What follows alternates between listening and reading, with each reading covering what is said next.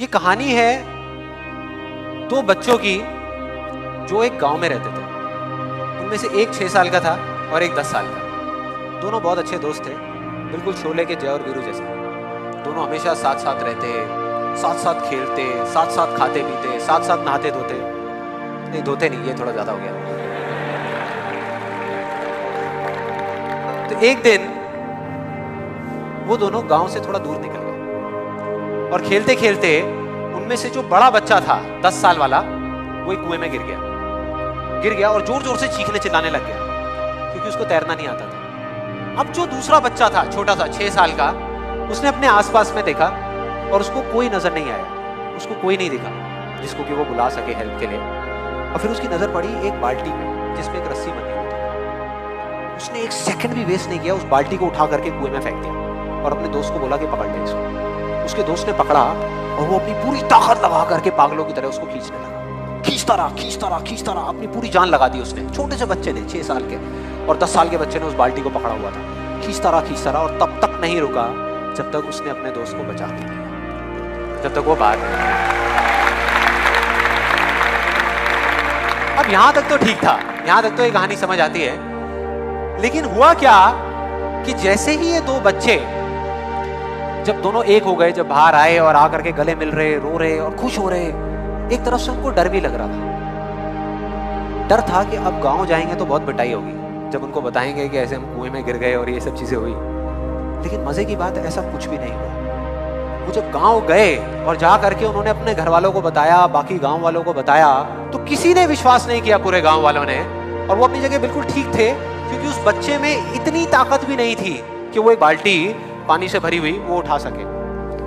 तो इतने बड़े बच्चे को इतनी ऊपर खींचना तो बहुत दूर की बात है। लेकिन एक आदमी था उस गांव में, उसने विश्वास कर लिया।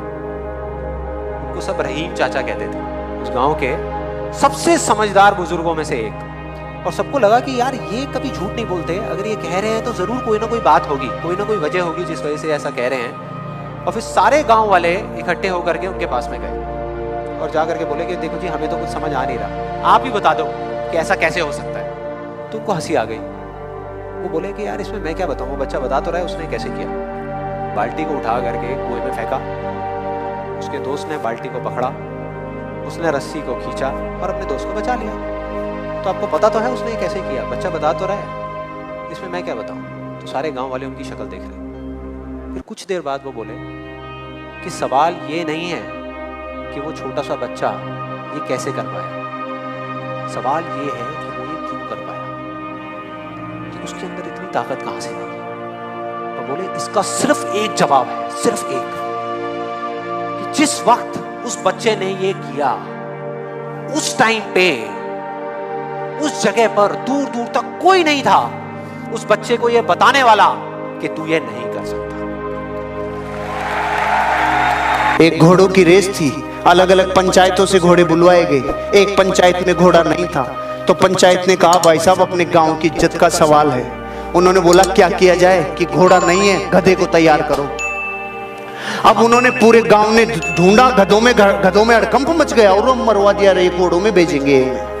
गधों में हड़कंप मच गया, लेकिन फिर भी जो हृष्ट पुष्ट था ना गधा, थोड़ा सा घोड़े जैसा लगने वाला, उसको लिया। उसको लेके कि भाई तू कर सकता, वो कहता मरवाओगे रो, मत भेजो। नहीं तू कर सकता है। उसको पूरे 2 दिन का आरटीपी दे दे के बोला तू कर सकता है। अब इतने पंप भरते हैं तो कुछ तो फर्क पड़ता है कि नहीं पड़ता है। गधे ने बोला मैं जाएगा, गांव की इज्जत के लिए मैं जाएगा, रेस में जाएगा, पंचायत की इज्जत के लिए पूरा लुट जाएगा, लेकिन मैं जाएगा। ओके, सरपंच तैयार, सारी टीम तैयार, और गधे को लाके खड़ा कर दिया रेसिंग की लाइन पे, और गधा बिल्कुल रेडी।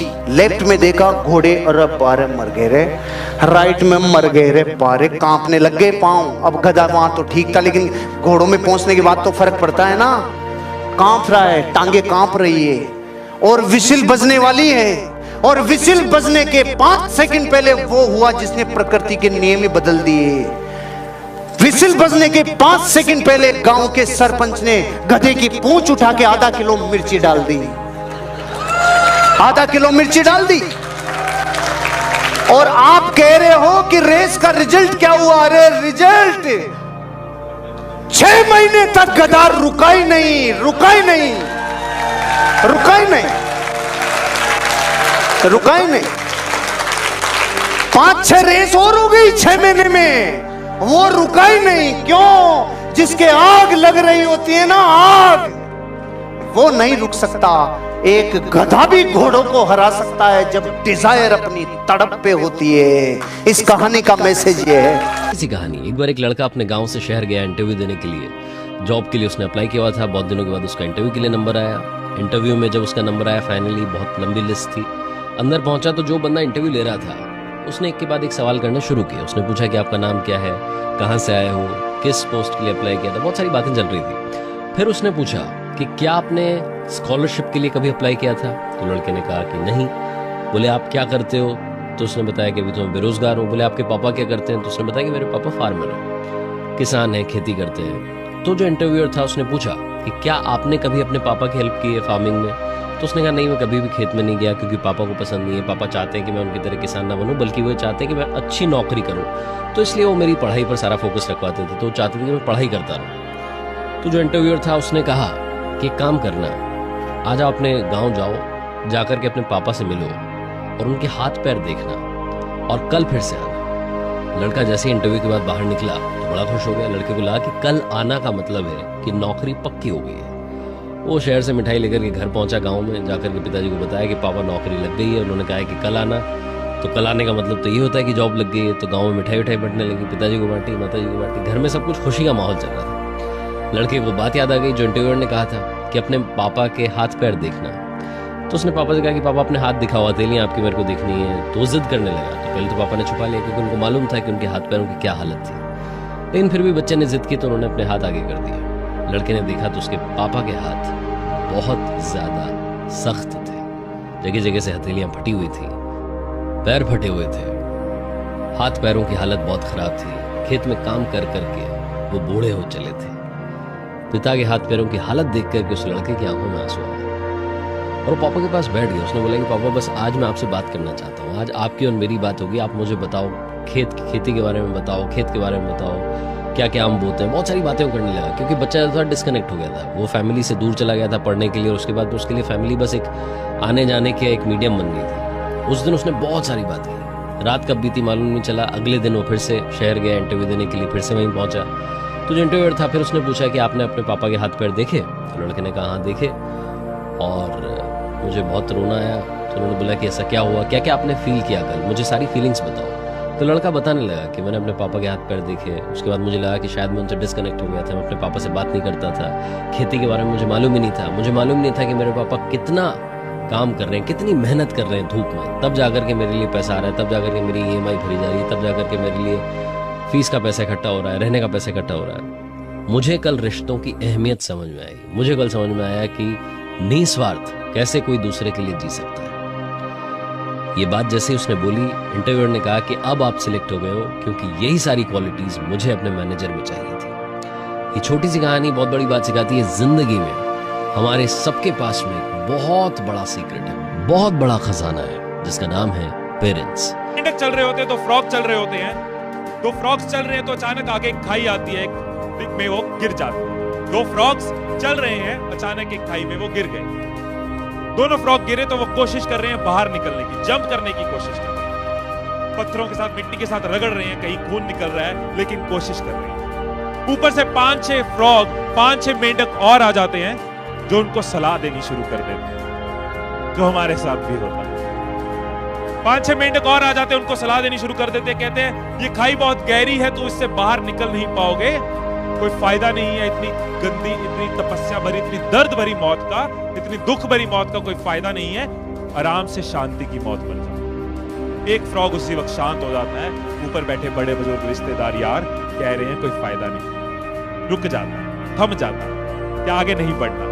दूसरा फ्रॉग और जोर से कोशिश करनी शुरू कर देता है। दूसरा मेंढक और जोर से जंप करनी शुरू कर देता है और रैशेस हो रहे हैं और खून निकल रहा है और रगड़े लग रही है, लेकिन वो और जंप कर रहा है। ऊपर बैठे लोग और परेशान। जब किसी की सलाह नहीं मानो तो लोग तो परेशान।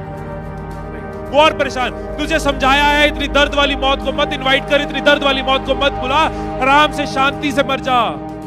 वो मेंढक और ज्यादा जंप करनी शुरू कर देता है, और ज्यादा उछलना शुरू कर देता है, और ज्यादा जोर लगाता है, और खून निकल रहा है लेकिन और ज्यादा कोशिश कर रहा है। ऊपर बैठे मेंढक और परेशान, वो चिल्लाते हैं, तुझे समझाया है, उसको देख, वो शांति से अपनी शांति की मौत मर रहा है, तू इतनी दर्दनाक मौत मर रहा है, तू भी शांति से मौत मर, तुझे समझ नहीं आती, रुक जा, थम जा, बस कर। वो मेंढक और ज्यादा जंप करता है, और उछलता है, और कूदता है, खून बह रहा है, बहने दो, लेकिन और जंप करता है, और जंप करते करते बाहर आ जाता है। वो मेंढक बाहर आ गया, दूसरा मेंढक नीचे रह गया। अब सबको परेशानी कि इसने हमारी एडवाइस क्यों नहीं मानी, इसने हमारी सलाह क्यों नहीं मानी, ये हमारे हिसाब से क्यों नहीं चला। उसके पास जाते हैं जानने के लिए कि ऐसा क्या था उसके माइंड में। उससे बात करने की कोशिश करते हैं, जब बात करते हैं तो पता चलता है कि जो मेंढक जंप करके बाहर आया वो मेंढक बहरा था, वो सुन नहीं सकता था।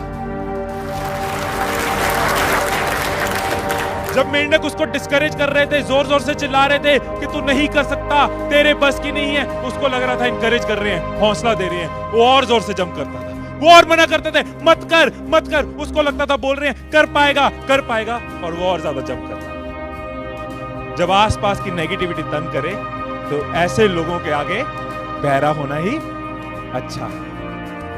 हर अचीवर, हर सक्सेसफुल, किसी भी परफॉर्मर को देखो, जितना वो बहरा हुआ नेगेटिविटी के आगे, उतना वो ग्रो किया। राइट?